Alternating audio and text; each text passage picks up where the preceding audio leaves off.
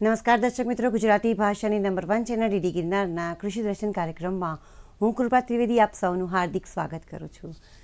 દર્શક મિત્રો, આપણો ભારત દેશ એ વિવિધ પ્રકારના મરી મસાલાઓથી સમૃદ્ધ એવો દેશ છે અને એમાં પણ ગુજરાત અને રાજસ્થાનના સૂકા વિસ્તારોમાં બીજ મરી મસાલાઓની બહોળા પ્રમાણમાં ખેતી કરવામાં આવે છે અને આમાં પણ શિયાળુ સુવા પાક ખૂબ જ અગત્યનો અને સ્વાસ્થ્યવર્ધક મસાલા પાક અને ઔષધીય પાક પણ છે. જો તેની યોગ્ય રીતે પ્રાકૃતિક ઢબે ખેતી કરવામાં આવે તો ખેડૂતો માટે તે ખૂબ જ લાભદાયી છે. તો મિત્રો, આજના આપણા કાર્યક્રમમાં આપણે વાત કરવાના છીએ શિયાળુ સુવા પાકની પ્રાકૃતિક ખેતી પદ્ધતિ. આ વિષય પર વિગતવાર માહિતી અને માર્ગદર્શન આપવા માટે ઉપસ્થિત છે ડૉક્ટર હિરેન કુમાર પટેલ સર, કે જેઓ મદદનીશ પ્રાધ્યાપક તરીકે નવસારી કૃષિ યુનિવર્સિટી ખાતે પોતાની ફરજ બજાવે છે. નમસ્કાર પટેલ સાહેબ, કૃષિ દર્શન કાર્યક્રમમાં આપનું હાર્દિક સ્વાગત છે. શિયાળુ સુવા પાકની પ્રાકૃતિક ખેતી, આ વિષય પર અમે આપની પાસેથી ઘણી બધી માહિતી મેળવીશું. તો સૌપ્રથમ એ જ પ્રશ્ન કે આ સુવા પાકનું મહત્વ શું છે? સુવા પાક એ જનરલી તો મરી મસાલાનો પાક છે અને સામાન્ય રીતે રાજસ્થાન અને ગુજરાતના એવા જે સૂકા વિસ્તારો છે તેમાં એ કરવામાં આવે છે. અને સૂકા વિસ્તારમાં જ્યાં પાણીની ઉપલબ્ધતા ખૂબ ઓછી છે ત્યાં આ પાક સરળતાથી થઈ શકે છે. સુવા પાક સામાન્ય રીતે અથાણા બનાવવા માટે અથવા તો મરી મસાલા માટે અથવા તો બાળકોને જ્યારે ગેસ્ટ્રોનો પ્રોબ્લેમ થાય છે ત્યારે બાળકોને સુવાનું પાણી જ આપવામાં આવે છે, જે આપણે મેડિકલમાં પણ મળે છે. અને સામાન્ય રીતે જ્યારે સુવા પાક છે તો એ 2 ટાઈપ ડાયાબિટીસ છે એની સામે રક્ષણ આપે છે. અને બીજું કે જે હાડકાના રોગો છે તે હાડકાના રોગો સામે પણ આપણને આપણા હાડકાં મજબૂત કરે છે. અને જે પણ હાર્ટ ડિઝીઝ છે તે હાર્ટ ડિઝીઝને પણ એ કરવામાં મદદરૂપ થાય છે. એટલે બહુ બધી રીતે આ સુવા પાક છે એ ખરેખર સ્વાસ્થ્યવર્ધક અને ઉપયોગી છે. આપણા ગુજરાત રાજ્યની વાત કરીએ તો ગુજરાત રાજ્યમાં સુવા પાકનું વાવેતર અને ઉત્પાદન છે કેટલા પ્રમાણમાં થાય છે? સામાન્ય રીતે સુવા પાક જે છે એ બિન પિયત વિસ્તારમાં જે છે એ જનરલી 5 થી 7 હજાર હેક્ટરમાં અને પિયત વિસ્તારમાં 10,000 હેક્ટરમાં, એટલે કે ટોટલ 15 થી 16,000 હેક્ટરમાં સુવા પાકની ખેતી કરવામાં આવે છે. અને એમાં પણ જ્યારે ઉત્પાદકતાની વાત કરીએ તો ઉત્પાદકતા જે છે સુવા પાકની એ પિયત ખેતી જો કરવામાં આવે તો પિયત ખેતીની ઉત્પાદકતા જે છે એ 10 થી 15 ક્વિન્ટલ પ્રતિ હેક્ટર અને બિન પિયત સુવા પાકની જે ઉત્પાદકતા છે એ 6 થી 7 ક્વિન્ટલ પ્રતિ હેક્ટર, એટલે કે આખા ગુજરાતમાં 20 થી 21 ક્વિન્ટલ જેટલું ઉત્પાદન ગુજરાત એકલું સુવાનું ઉત્પાદન કરે છે. એટલે ખૂબ જ બહોળા પ્રમાણમાં થાય છે એવું આપણે કહી શકીએ. ગુજરાતના કયા કયા જિલ્લામાં છે આ સુવા પાકનું વાવેતર મુખ્યત્વે જોવા મળતું હોય છે? સુવા પાકનું જે વાવેતર છે મધ્ય ગુજરાત અને ઉત્તર ગુજરાતના જે વિસ્તારો છે, ધારો કે મહેસાણા છે, ઉજા છે, પાટણ છે, મધ્ય ગુજરાતમાં આણંદ છે, અમદાવાદ છે, ખેડા છે, આ વિસ્તારમાં એનું વાવેતર ખૂબ બહોળા પ્રમાણમાં કરવામાં આવે છે. એમાં પણ જે ઊંઝા અને પાટણનો જે વિસ્તાર છે એ સુવા પાકનો ગઢ ગણાય છે, કે ત્યાં સુવાનું ઉત્પાદન ખૂબ બહોળા પ્રમાણમાં થાય છે અને ત્યાં એનું ખેતી સામાન્ય રીતે મરી મસાલા પાકો તરીકે અને ઔષધીય પાકો તરીકે કરવામાં આવે છે. જી, ખૂબ જ સરસ વાત કરી. હવે આપણે શિયાળુ સુવા પાકની વાત કરી રહ્યા છીએ તો શિયાળુ સુવા પાક જે છે એની પ્રાકૃતિક ખેતી કરવી હોય તો શું કહેશો? સુવા પાકની પ્રાકૃતિક ખેતી કરવામાં આવે તો પહેલાં તો પ્રાકૃતિક ખેતી એટલા માટે કરવામાં આવે છે કારણ કે જ્યારે આપણે આઝાદ થયા એ વખતે આપણી જમીનમાં જે કાર્બનનું પ્રમાણ હતું એ ખૂબ વધુ હતું, એટલે કે 1% પણ ઉપર હતું. પણ હાલના સમયમાં જે એનું કાર્બનનું પ્રમાણ જે છે એ 0.4 થી 0.5% આસપાસ રહેલું છે, એટલે કે સૂક્ષ્મ જીવાણુઓની સંખ્યા ખૂબ ઘટતી ગઈ છે. હવે જ્યારે સૂક્ષ્મ જીવાણુની સંખ્યા જ્યારે ઘટતી જાય ત્યારે આપણે ગમે એટલા રાસાયણિક ખાતરો આપીશું તો પણ એનો પ્રતિસાદ મળતો નથી. તો એના માટે આપણે ઘનજીવામૃત છે, બીજામૃત છે, આચ્છાદન છે, વાપસા છે, આંતરપાક છે, એવા ઘણા ઘટકોનો આપણે એમાં ઉપયોગ કરવો જોઈએ, જેથી કરીને આપણી જમીનની ઉત્પાદકતા પણ વધે અને સાથે સાથે આપણી જે જમીન છે એમાં સૂક્ષ્મ જીવાણુઓની સંખ્યા વધશે. સૂક્ષ્મ જીવાણુની સંખ્યા વધારવાનું કારણ એ છે કે જ્યારે સૂક્ષ્મ જીવાણુ ઓછા થાય છે ત્યારે જે પણ ફોસ્ફરસ છે એ ફોસ્ફરસ જમીનમાં સ્થાયી થઈ જાય છે. અને જ્યારે સૂક્ષ્મ જીવાણુની સંખ્યા એમાં વધારવામાં આવે ત્યારે સૂક્ષ્મ જીવાણુઓ ફોસ્ફરસનું વિઘટન કરે છે અને એની ઉપલબ્ધતા વધારે છે. નાઇટ્રોજન પણ શું છે કે નાઇટ્રોજન જમીનમાં પાણી સાથે વહી જાય છે અથવા તો હવામાં આમ જ ઉડી જાય છે. તો એના માટે એ શું કરશે કે નાઇટ્રોજનને પકડી રાખે છે, કારણ કે હવામાં જે પણ નાઇટ્રોજન છે એને કોણ ફિક્સ કરે છે જમીનમાં, તો કે રાઇઝોબિયમના બેક્ટેરિયા ફિક્સ કરે છે. તો આ જે રાઇઝોબિયમ બેક્ટેરિયા છે એ જીવામૃત છે અથવા તો ઘન જીવામૃત છે, બીજામૃત છે, એ બનાવવામાં આવે તો એની સંખ્યામાં ઉત્તરોત્તર વધારો થાય છે. આ ઉપરાંત આચ્છાદન કરવામાં આવે તો આચ્છાદનથી પણ શું થાય કે જમીનનું જે તાપમાન છે એ તાપમાનને પણ સ્થિર રાખે છે અથવા તો એમાં ઘટાડો કરે છે, અને જેથી કરીને સૂક્ષ્મજીવોની સંખ્યા વધે છે. જ્યારે એ કોહવાય છે, આચ્છાદન જ્યારે કોહવાઈ જાય ત્યારે એ પણ સેન્દ્રિય પદાર્થના રૂપમાં એ ફેરવાય છે અને એ સૂક્ષ્મજીવોની સંખ્યામાં વધારો કરે છે. આમ ઘણા એવા ઘટકો છે આપણે પ્રાકૃતિક ખેતીના જે સુવા પાકમાં ખૂબ જરૂરી છે. જી દર્શક મિત્રો, આપ જોઈ રહ્યા છો કૃષિ દર્શન કાર્યક્રમ અને આજે આપણે વાત કરી રહ્યા છીએ શિયાળુ સુવા પાકની પ્રાકૃતિક ખેતી પદ્ધતિ વિષય પર. આ વિષય પરની ચર્ચા યથાવત છે. સમય થયો છે વિરામનો. મળીને નાનકડા વિરામ બાદ.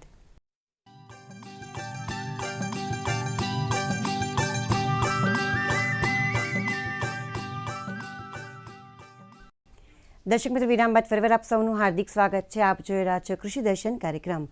શિયાળુ સુવા પાકની પ્રાકૃતિક ખેતી પદ્ધતિ આ વિષય પર ડૉક્ટર હિરેનકુમાર પટેલ સર ખરેખર ખૂબ જ અગત્યની માહિતી આપી રહ્યા છે. આપણી ચર્ચાને આગળ વધારીએ. સર, આપણે શિયાળુ સુવા પાક માટે પ્રાકૃતિક કૃષિ કેવી રીતે કરી શકાય, કયા કયા ઘટકોનો ઉપયોગ કરી શકાય એ વિશે વાત કરી. હવે જ્યારે શિયાળુ સુવા પાકનું ઉત્પાદન લેવું હોય કોઈ ખેડૂતને, તો એ જાણકારી ચોક્કસ જરૂરી બની રહેશે કે જમીન અને આબોહવા કયા પ્રકારની વધારે અનુકૂળ આવે છે. સામાન્ય રીતે સુવા પાકને કોઈ પણ પ્રકારની જમીન હોય તો ચાલી શકે છે, પરંતુ જેમાં સેન્દ્રિય તત્વોનું પ્રમાણ વધુ હોય એ જમીનમાં ઉત્પાદકતા એની વધે છે. અને સામાન્ય રીતે ગોળારું અથવા તો મધ્યમ કાળી જમીન છે એ શિયાળુ સુવા પાકને અનુકૂળ આવતી હોય છે.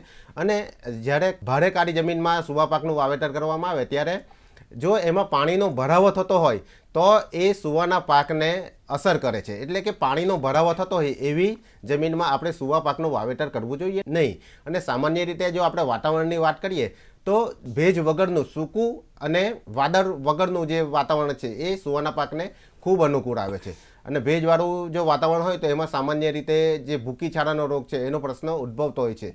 માટે સૂકા અને ડ્રાય વાતાવરણમાં આપણે એનો વાવેતર કરવું જોઈએ. બરાબર છે. એટલે ભેજવાળું વાતાવરણ છે સુવા પાકને બિલકુલ અનુકૂળ આવતું નથી, અને જો કદાચ પણ કોઈ કરવા જાય તો તેને ઘણી બધી સમસ્યાઓનો ને આવા સુવા પાકમાં આવતા રોગોનો સામનો કરવો પડી શકે છે.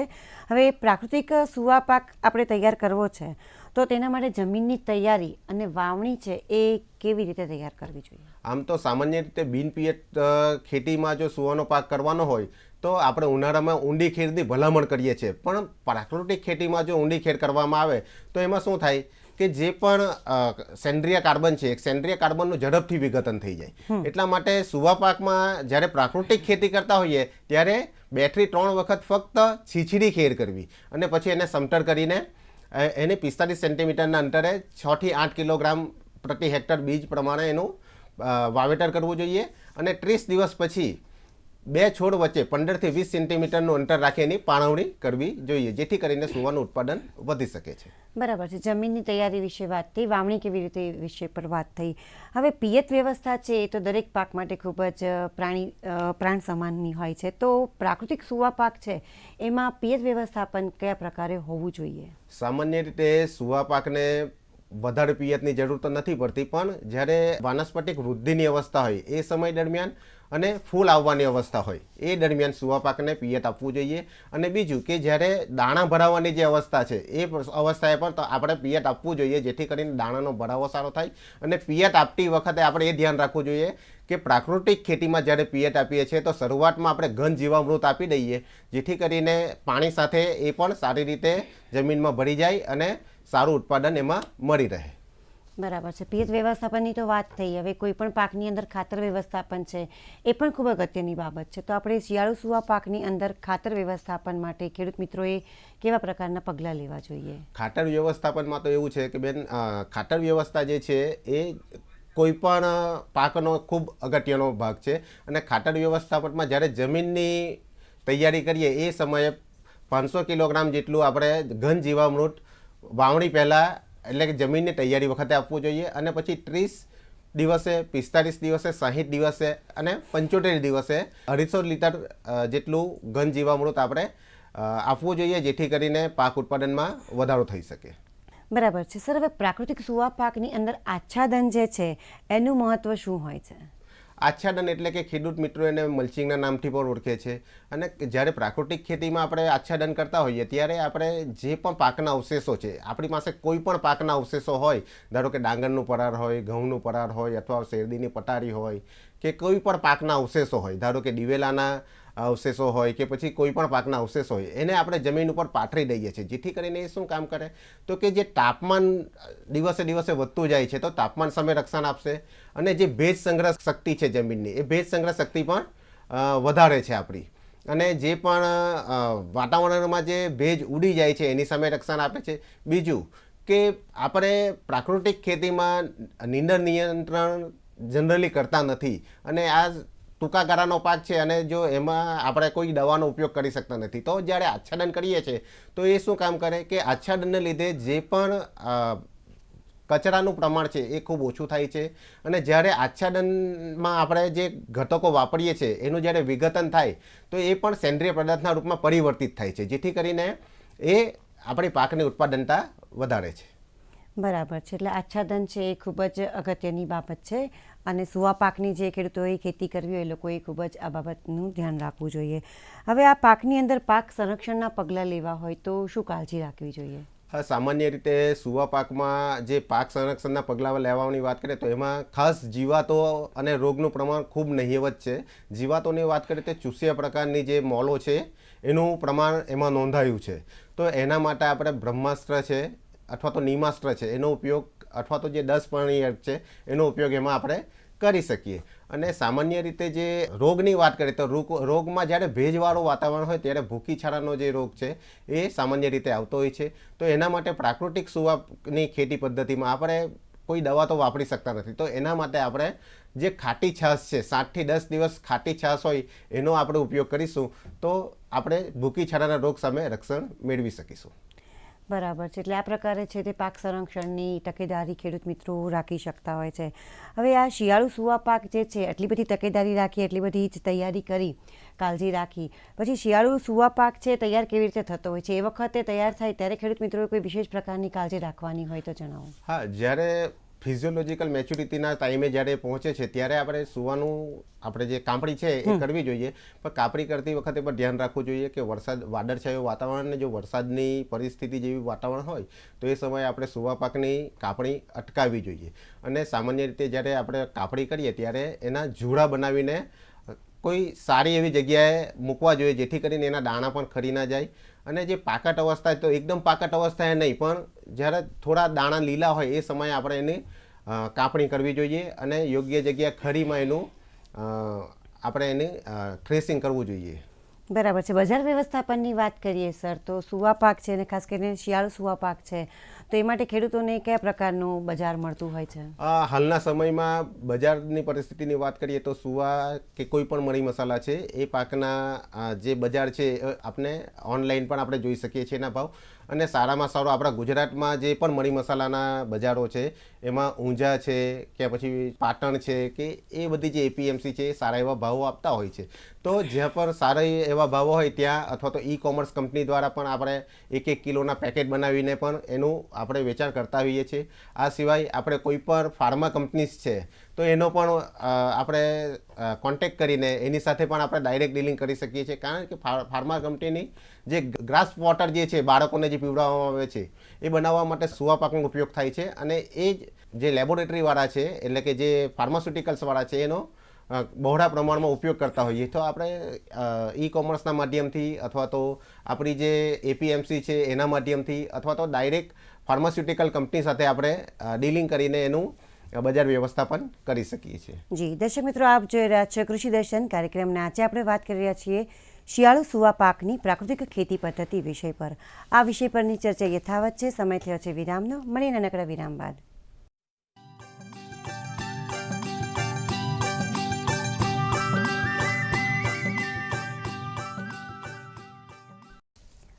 દર્શક મિત્રો, વિરામ બાદ ફરીવાર આપ સૌનું હાર્દિક સ્વાગત છે. આપ જોઈ રહ્યા છો કૃષિ દર્શન કાર્યક્રમ. શિયાળુ સુવા પાકની પ્રાકૃતિક ખેતી પદ્ધતિ આ વિષય પર આજે આપણે માહિતી મેળવી રહ્યા છીએ. ડૉક્ટર હિરેનકુમાર પટેલ સર ખૂબ જ અગત્યનું માર્ગદર્શન આપી રહ્યા છે. આપણી ચર્ચાને આગળ વધારીએ. સર, શિયાળુ સુવા પાકની પ્રાકૃતિક ખેતી પદ્ધતિ વિષય પર આજે તમે ઘણી બધી માહિતી આપી. હવે આપણે પ્રાકૃતિક ખેતી વિશે પણ વાત કરી રહ્યા છીએ, તો એની અંદર બીજામૃતની વિશે વાત કરીએ તો બીજામૃત છે તે કેવી રીતે તૈયાર કરી શકાય? બીજામૃત સામાન્ય રીતે જ્યારે પણ આપણે વાવણી કરીએ એ વખતે બીજની તંદુરસ્તી માટે આપણે એનો પટ આપતા હોઈએ છીએ. અને બીજામૃત તૈયાર કરવા માટે આપણે 20 લીટર પાણીમાં આપણે 5 લીટર દેશી ગાયનું ગૌમૂત્ર અને 5 કિલોગ્રામ દેશી ગાયનું છાણ અને 50 ગ્રામ ચૂનો અને 1 મુઠ્ઠી વળની અથવા તો શેઢાપારાની માટી, જ્યાં જે જગ્યાએ કોઈ જગ્યાએથી ડિસ્ટર્બ ના હોય એવી જગ્યાએથી માટી લેવાની અને પછી એનું મિશ્રણ તૈયાર કરીને આખી રાત સુધી રાખવાનું અને પછી સવારમાં હલાવીને સ્થિર થાય પછી એને ગાળીને એનો ઉપયોગ કરવાનો રહે છે.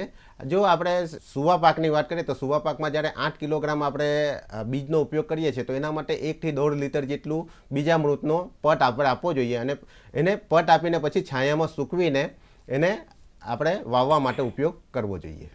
બરાબર છે. બીજામૃતની તો વાત થઈ સર. હવે નિમાસ્ત્ર છે એ પણ પ્રાકૃતિક ખેતીની અંદર ખૂબ જ ચર્ચાતું એનું એક આયામ છે, તો આપણે સુવા પાકની ખેતી સાથે તેને કેવી રીતે સાંકળી શકીશું? નિમાસ્ત્ર જે છે એ ચૂસિયા પ્રકારની જીવાતો સામે રક્ષણ આપે છે અને ચૂસિયા પ્રકારની જીવાતોના રક્ષણ માટે આપણે નિમાસ્ત્રનો ઉપયોગ કરીએ છીએ. હવે જ્યારે નિમાસ્ત્ર બનાવવું હોય તો આપણે 200 લીટર પાણી લેવાનું, એની અંદર આપણે 20 કિલોગ્રામ જે લીમડાની ડાળી છે અથવા તો પાન છે એની ચટણી બનાવવાની અને 20 થી 30 કિલોગ્રામ જેટલો આપણે લીંબોળીના બીજનો પાવડર એ મિક્સ કરીને એને 48 કલાક સુધી રવા દેવામાં આવે છે અને પછી એને સવાર સાંજ ઘડિયાળના કાંટાની દિશામાં દરરોજ 1-1 મિનિટ એને હલાવવામાં આવે છે અને પછી જ્યારે 48 કલાક પૂરા થાય પછી એને આપણે ગાળી લઈએ છીએ અને એનો વનસ્પતિ અથવા તો કોઈ પણ પાક હોય એના પર આપણે સીધો ઉપયોગ કરી શકીએ છીએ, જે ચૂસ્યા પ્રકારની જીવાતો સામે રક્ષણ આપે છે. બરાબર છે સર. હવે બીજામૃતની વાત થઈ, નિમાસ્ત્રની વાત થઈ, હવે બ્રહ્માસ્ત્ર બનાવવાની વાત આવે પ્રાકૃતિક કૃષિની અંદર તો આપણે શિયાળુ સુવા પાક છે એના માટે બ્રહ્માસ્ત્ર છે તે કેવી રીતે તૈયાર કરવું જોઈએ? બ્રહ્માસ્ત્ર એટલે કે કોઈ પણ જીવાત આવતી હોય એની સામે રક્ષણ આપે. એ ચૂસ્યા પ્રકારની જીવાત હોય તો પણ ચાલે અને ઈયળ પ્રકારની જીવાત હોય તો તેની સામે પણ રક્ષણ આપે છે. બ્રહ્માસ્ત્ર બનાવવા માટે આપણે 50 લીટર પાણીમાં 20 કિલોગ્રામ દેશી ગાયનું છાણ, 20 લીટર દેશી ગાયનું ગૌમૂત્ર અને સાથે સાથે જે 5 પાન છે એમાં 5 પાનમાં કરવા લીમડાના પાન, ધતુરાના પાન એવા પાનને આપણે ઉકાળવાનું રહે છે અને ઉકાળ્યા બાદ એને સ્થિર થઈ જાય ઠંડુ પાડીને પછી 100 લીટર પાણીમાં 6 થી 7 લીટર જેટલું બ્રહ્માસ્ત્ર છે એના ઉપયોગ કરવાથી આપણે ચૂસ્યા પ્રકારની અથવા તો ઈયળ પ્રકારની જીવાતો સામે રક્ષણ મળી શકે છે. બરાબર છે સર. બ્રહ્માસ્ત્ર બનાવવાની વિશે તો આપણે સરસ માહિતી આપી. હવે દશપર્ણી અર્ક છે એ પણ ખૂબ જ અગત્યનું કહેવાતું હોય છે પ્રાકૃતિક કૃષિની અંદર, તો એને આપણે આપણા શિયાળુ સુવા પાકની ખેતીની અંદર કેવી રીતે સાંકળી શકીએ? દશપર્ણી અર્ક જે છે એ બનાવવા માટે આપણે 200 લીટર પાણી લેવાનું, એમાં 2 કિલોગ્રામ દેશી ગાયનું છાણ અને 20 લીટર દેશી ગાયનું ગૌમૂત્ર એને આપણે 2 કલાક સુધી રાખવું મૂકવાનું, જેથી કરીને એનું જૈવ રાસાયણિક બંધ તૂટી જાય. એ તૂટી જાય પછી તંબાકુનો પાવડર છે એ 2 કિલોગ્રામ, 500 ગ્રામ હળદર અને 500 ગ્રામ આદુની ચટણી છે અને 10 ગ્રામ હિંગ છે. એ હિંગને આપણે પહેલા દિવસે નાખીશું. બીજા દિવસે તંબાકુનો પાવડર 2 કિલોગ્રામ, 1 કિલોગ્રામ તીખા મરચાંની ચટણી અને 1 કિલોગ્રામ લસણની ચટણી એ ઉમેરીને પાછા બીજા દિવસ રવા દઈશું અને ત્રીજા દિવસ કોઈ પણ 10 પાન જેમાં લીમડો છે, પીપળો છે, એરંડા છે, સીતાફળ છે, ધતુરો છે, તુલસી છે, ગલગોટા છે, હળદર છે, આદુ છે, કરણ છે, બાવળ છે, એના પાનનો આપણે બોળીને રાખીશું અને એને જનરલી 30 થી 40 દિવસ સુધી આ પાનને ડુબાડી રાખીશું અને દરરોજ સવાર સાંજ 1-1 મિનિટ સુધી આપણે ઘડિયાળના કાંટાની દિશામાં એને હલાવીશું અને 30 થી 40 દિવસ બાદ આનું આપણે 10 પર્ણી અર્ક આપણો તૈયાર થઈ જાય છે અને એ 10 પર્ણી અર્ક આપણે ચૂસ્યા પ્રકારની જીવાતોના સામે આપણે રક્ષણ આપે છે. જી સર. હવે શિયાળુ સુવા પાકની વાત કરી રહ્યા છીએ તો એની પ્રાકૃતિક ખેતી કરવી હોય ત્યારે જીવામૃતનું શું મહત્વ છે અને કેવી રીતે બનાવી શકાય? હા, જીવામૃત જ્યારે બનાવવું હોય તો જીવામૃત ઘન જીવામૃત અને પ્રવાહી જીવામૃત 2 સ્વરૂપમાં હોય છે.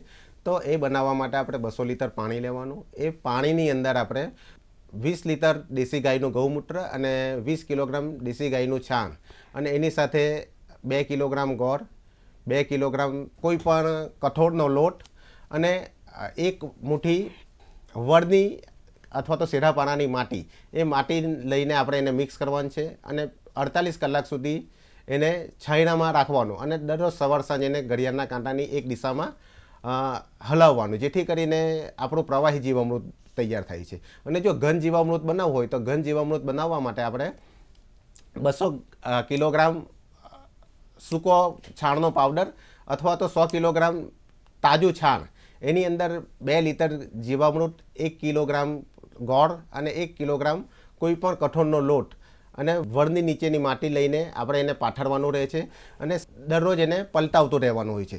અને જ્યારે એ સુકાઈ જાય ત્યારબાદ એનો આપણે ઉપયોગ કરી શકીએ છીએ. અને ઘન જીવામૃતનો ઉપયોગ આપણે દર 15 દિવસે અથવા તો 30 દિવસે પિયત આપવા પહેલાં આપણે એનો ઉપયોગ કરવો જોઈએ. જી, ખૂબ જ સરસ વાત કરી સર. હવે આ વિષય પર એટલે કે આપણો જે શિયાળુ સુવા પાકની પ્રાકૃતિક ખેતી પદ્ધતિ છે, એ વિષય પર આપણા ખેડૂત મિત્રોને ટૂંકમાં સંદેશ આપવો હોય તો શું કહેશો?